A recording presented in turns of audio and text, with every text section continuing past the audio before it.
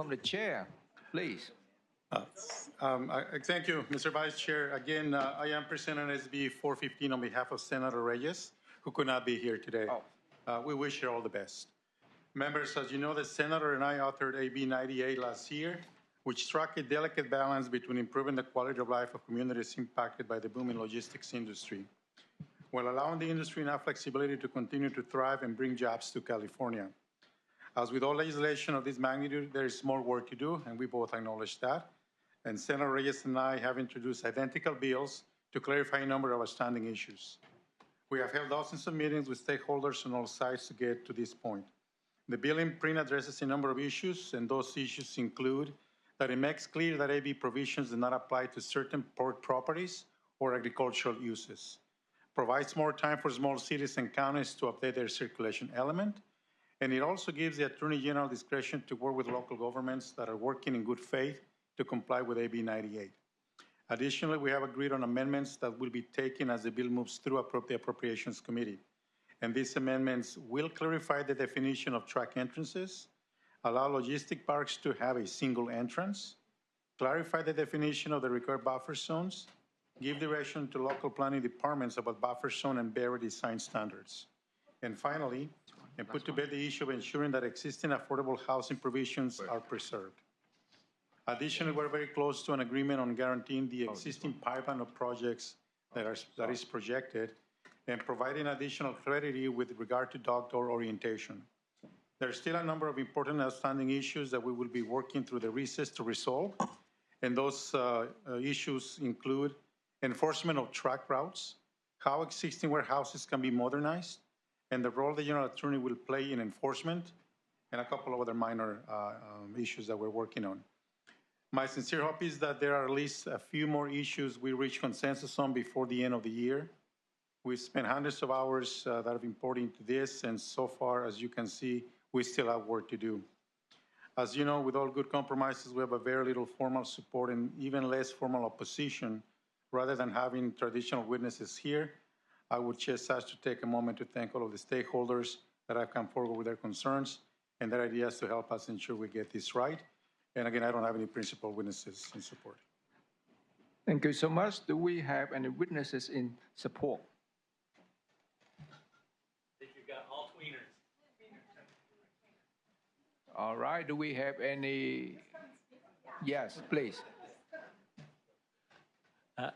Mr. Chair and members, Mr. Carrillo, thank you very much. Matthew Hargo with the California Business Properties Association. I'm here today representing a coalition of about 50 entities that have been working very closely with Senator Reyes and Assemblymember Carrillo to try and address some of the issues lingering from AB 98. As you know, we were on the wrong side of a gut and amend last year. A lot of times when something is done at the end of session, there are technical issues that need to be addressed. We pulled together a very long list of technical issues that we've been working through with both authors, and to their credit, they've been very receptive to hearing what the issues are and working through them. Mr. Carrillo outlined really the remaining issues that are left, and we look forward to working with him, Senator Reyes, and all the staff who've been working on this to fix it. We're not trying to move the goalposts. What we're trying to do is get this to a point where AB 98 can be implemented. We are seeing already some warehouses being held up because of AB 98, but we think if we can get this done this year, that this thing's going to be implementable and we'll be much happier than we currently are. Thank you very much for your time. Thank you. Melissa Sparks-Kranz with the League of California Cities, and I just want to echo and thank Assemblymember Carrillo and Senator Reyes for their continued dedication on the cleanup. We represent 483 cities that are mandated to complete the circulation element as required in AB 98. And we believe and agree with what was the Senate's priority last year, that there should be off-ramps for local governments to not have to do the circulation element requirements if they don't have large-scale warehouses in their cities. And we also believe that there have already been cases where the Attorney General has intervened in some cities with large-scale warehouses, and they have prescriptive local ordinances to implement and regulate these developments. And we believe that there should be flexibility for cities to also achieve the goals of AB 98, ensure it is implemented whether it be through the circulation element update or a local ordinance. That would create some flexibility for our local governments. And lastly, we do have remaining concerns with the Attorney General expanded language that's in the bill now. It actually allows cost recovery of Attorney General investigation and prosecution costs on local governments, in addition to the $50,000 fine for not completing the circulation element. That's every 6-month fine. So we are working with Assemblymember Carrillo and really working diligently to address those concerns. And we do appreciate the effort on all parts. So thank you very much. Mark Newberger with the California State Association of County, also providing comments on behalf of the rural county representatives of California. I want to align our comments with Cal Cities and also thank the author and the staff for all their hard work on this bill. However, we still have a variety of concerns remaining that we're hopeful will be able to taken care of through future amendments. Thank you, Mr. Chair and members. Lauren De Valencia, representing the American Planning Association. Our members will be responsible for updating the circulation element and complying with AB 98's requirements. And we do really thank Assemblymember Carrillo, Senator Reyes, staff, and everybody for the conversations on this bill. I would echo the comments outlined by my colleague at Cal Cities, but just want to add to that our members really want to implement the bill, AB 98, in a way that is feasible and meaningful, meeting the spirit of the law. And so that is why we have suggested that we do believe an ordinance versus a general plan update would really achieve that. And so we look forward to continuing those conversations, but we do think we're at a critical juncture here in the legislature, and timing is key, and our members are really looking to us to see how they're going to implement AB 98. So thank you very much for the time. Good evening, Mr. Chair, members. Brian White on behalf of the Pacific Merchant Shipping Association. We appreciate Member Carrillo and Senator Reyes for trying to work through a very complicated set of cleanup issues.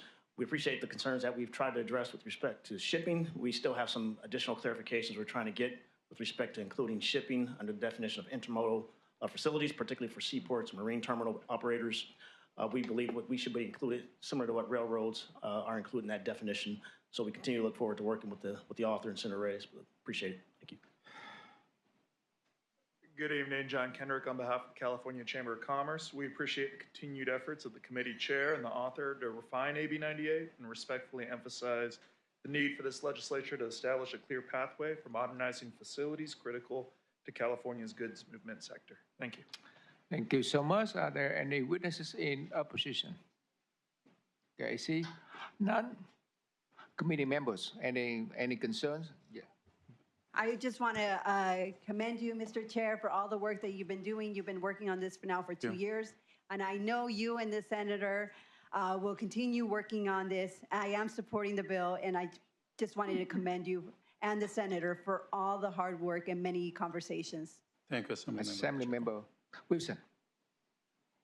I actually didn't mean to raise my hand, but I will say I appreciate the chair for the work that you've done on this, along with Senator Reyes, and know that you guys will get to where we need to land to be sure that we have the proper cleanup language and recognizing modernization. So thank you. Thank you, Assemblymember Rubio. Thank you, and I also appreciate the hard work the chair has put into this. I know it's been actually more than 2 years. He took it on 2 years ago. This has been in our 4, actually almost 5 years.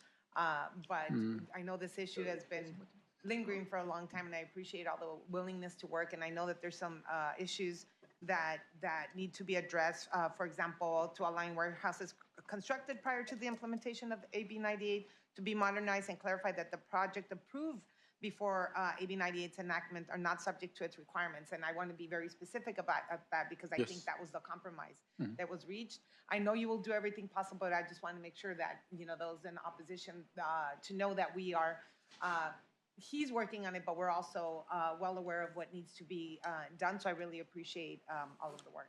Thank you for that, Assemblymember Rubio. Assemblymember Ransom, you are recognized. Thank you, sir. Okay, and I'm sorry to break up the love fest. My community pretty much led the opposition of AB 98. We are basically a transportation logistics hub, head of household jobs, and it leads me to a couple of questions, and if you would hopefully be able to indulge me.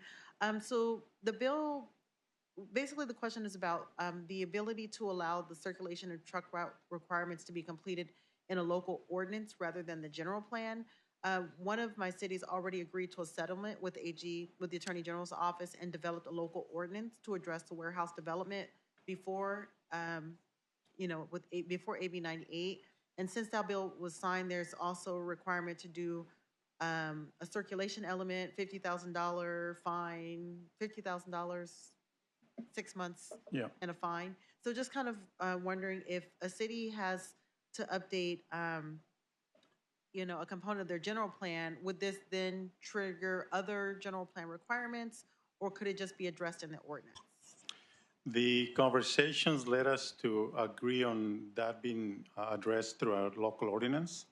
At the beginning, what we had proposed as the mechanism for local jurisdictions to address the circulation element, realizing that some cities were working through the general plan update, which included the circulation element. That was one of the concerns that the American Plan Association brought up to us, which is a valid concern. Updating a general plan takes a lot of time, and it can be very costly. Yes. That's where the conversation started, so that we agree that maybe addressing that requirement through a local ordinance would make much more sense. That's where we are right now, and again, we are happy to continue those conversations, but in the spirit of collaborating with those cities that went through a general plan update recently, they don't have to go through that again, and then doing a circulation element is also expensive, so the option of having local governments be able to address it through an ordinance, which is a much easier, much faster project, so that's where the compromise came in. Okay, thank you for that. And then can you speak to cleanup, the cleanup of providing off-ramps for circulation elements for local governments who aren't going to approve warehouses in their district? That's another one that we seriously consider, as mentioned by one of the speakers, cities that don't have the room for the industrial development. Cities that come to mind right away in Southern California, city of Beverly Hills, San Marino. Besides already being urbanized, not more vacant land is available, maybe not even industrial zone designations in those cities and others. So that's part of the off-ramp for those cities that don't have the logistics use in mind, because either they don't have any more land to do that. The other concern, obviously, is the cost of real estate, right? Mm-hmm. So, those cities that even if they had the land available, it would be so expensive, and the industry wouldn't be able to go there because it wouldn't make sense for them to do that. So that's one of the off-ramps, so that those cities that either, again, are already urbanized with even more vacant land, that would allow them to not have to comply with AB 98 or the new bills that we're processing now, AB 735 or SB 415. So those are kind of the ways that we're addressing those concerns. And again, those conversations are still going on. Okay, I just wanted to make sure I can report back properly that, look, if you are not going to have any warehouses approved, then there is a way for you to and those are in bypass this. Consideration, yes. Okay, thank you very much for responding. Thank you. Honorable Chair, who would you like to close? On behalf of Senator Reyes, I respectfully ask for an aye vote. Thank you so much. And I can have a motion and second?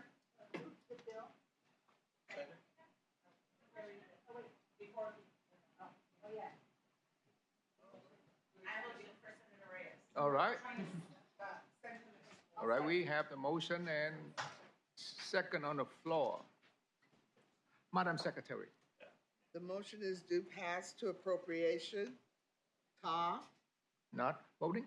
Not voting. Carrillo. Carrillo, aye. Hoover. Not voting. Hoover not voting. Pacheco.